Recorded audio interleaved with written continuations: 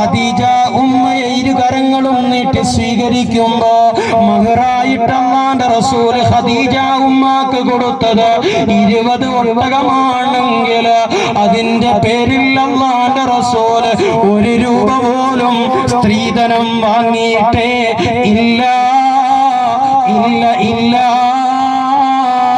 അല്ലാഹുവിന്റെ റസൂലും ബീവി ഖദീജയും 25 വർഷക്കാലം ദാമ്പത്യ ജീവിതത്തിൽ അസ്വാരസ്യങ്ങളില്ലാതെ, അകൽച്ചകളില്ലാതെ, മാനസികമായ പൊരുത്തക്കേടുകളില്ലാതെ സന്തുഷ്ടമായി ആ ജീവിതം തുടർന്നുകൊണ്ടേയിരുന്നു.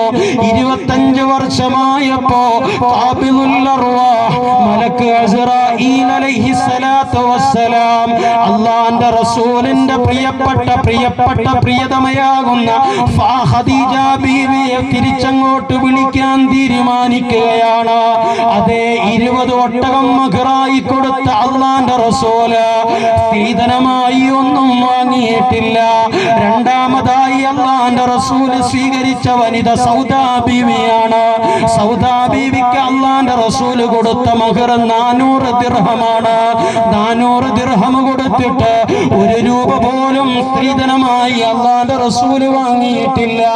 മൂന്നാമതായി അല്ലാഹുവിന്റെ റസൂല് സ്വീകരിച്ചത് ആയിഷ ഉമ്മയെയാണ്. ആയിഷ ഉമ്മയെ സ്വീകരിച്ചപ്പോ സൗദാ ബീവിയോടുകൂടെ 14 വർഷം ദാമ്പത്യ ജീവിതം കഴിച്ചു കൂട്ടിയിട്ട് അവിടെ ദാമ്പത്യ ജീവിതത്തിന്റെ കലഹങ്ങൾ രൂപപ്പെട്ടിട്ടില്ല. ദാമ്പത്യ ജീവിതത്തിൽ അസ്വാരസ്യങ്ങൾ ഉടലെടുത്തിട്ടില്ല. ദാമ്പത്യ ജീവിതത്തിൽ പ്രശ്നങ്ങൾ വന്നിട്ടില്ല. മൂന്നാമതായി അല്ലാഹുവിന്റെ റസൂല് സ്വീകരിച്ചത് ആയിഷ ഉമ്മയെയാണ്. ആയിഷ ഉമ്മാക്കും മഹർ കൊടുത്തത് 400 ദിർഹമാണ്. 400 ദിർഹം അല്ലാഹുവിന്റെ റസൂല് മഹറായിട്ട് കൊടുത്തിട്ട് 1 രൂപ പോലും സ്ത്രീധനമായി അല്ലാഹുവിന്റെ റസൂല് വാങ്ങിയിട്ടില്ല. ആയിഷ ഉമ്മയും അല്ലാഹുവിന്റെ റസൂലും 11 വർഷക്കാലം സുന്ദരമായി ജീവിച്ചു. അഞ്ചാമതായി അല്ലാഹുവിന്റെ റസൂല് സ്വീകരിച്ച ഭാര്യ ഹഫ്സ ബീവിയെയാണ്. ഹഫ്സ ബീവിക്കും കൊടുത്തത് 400 ദിർഹമാണ്. 400 ദിർഹം കൊടുത്തിട്ട് 8 വർഷത്തോളം സുന്ദരമായി ദാമ്പത്യ ജീവിതം കൊണ്ടുപോയി. അടുത്തത് സ്വീകരിച്ചത് സൈനബ ബീവിയെയാണ്. സൈനബ ബീവിക്കും കൊടുത്ത 400 ദിർഹം. അവരുടെ ജീവിതം 6 മാസമേ ഉണ്ടായിട്ടുള്ളൂ. മറ്റുള്ള കാരണങ്ങളാൽ ആ ജീവിതം അവസാനിപ്പിക്കേണ്ടി വന്നതിലപ്പുറം ദാമ്പത്യ ജീവിതത്തിൽ പ്രശ്നങ്ങൾ ഉണ്ടായിട്ടില്ല. അതിനുശേഷം അല്ലാഹുവിന്റെ റസൂല് സ്വീകരിച്ചത് ഉമ്മു സലമ ബീവി റളിയല്ലാഹു അൻഹയെയാണ്. 400 ദിർഹം ഉമ്മു സലമ ബീവി റളിയല്ലാഹു അൻഹക്കും അല്ലാഹുവിന്റെ റസൂല് മഹറായിട്ട് കൊടുത്തിട്ടുണ്ട്.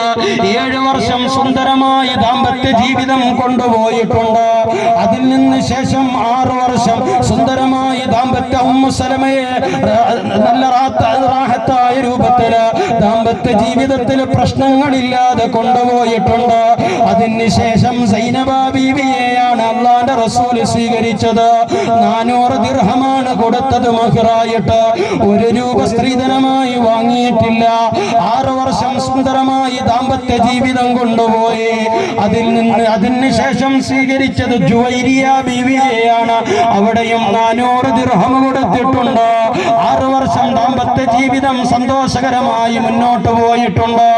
അവിടെയും ദാമ്പത്യ ജീവിതത്തിൽ കലഹങ്ങൾ രൂപാന്തരപ്പെട്ടിട്ടില്ല. അതിനുശേഷം ഉമ്മു ഹബീബ സഫിയ റളിയല്ലാഹു അൻഹയാകുന്ന അടിമ സ്ത്രീയെയാണ് അല്ലാഹുവിന്റെ റസൂല് മോചിപ്പിച്ച് സ്വീകരിച്ചത്. അതിനുശേഷം ഉമ്മു ഹബീബ ബീവി റളിയല്ലാഹു അൻഹയെയാണ് 4 വർഷം സുന്ദരമായി ജീവിച്ച് 400 ദിർഹം മഹറായിട്ട് കൊടുത്തിട്ടുണ്ട്. മൈമൂന ബീവിയെയാണ് പിന്നെ സ്വീകരിച്ചത്. അങ്ങനെ സ്വീകരിച്ച ഒരു പെണ്ണിൽ നിന്നും ഒരു ഭാര്യമാരിൽ നിന്നും അല്ലാഹുവിന്റെ റസൂല് 1 മഹറിന് പകരം അതേ സ്ത്രീധനമായിട്ട് 1 രൂപ പോലും സ്വീകരിച്ചിട്ടില്ലെങ്കിൽ എവിടെ നിന്നാണ് ഈ സ്ത്രീധനത്തിന്റെ ഭ്രമം വന്നത്?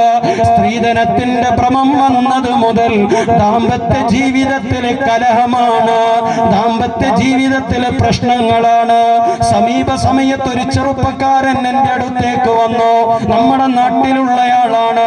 അദ്ദേഹം വന്നിട്ട് പറഞ്ഞു, ഉസ്താദേ, എന്റെ മകന്റെയും മകളുടെയും ദാമ്പത്യ ജീവിതത്തിൽ ചെറിയൊരു പ്രശ്നം വന്നപ്പോഴ് മരുമകൾ അവളുടെ വീട്ടിലേക്ക് പോയി.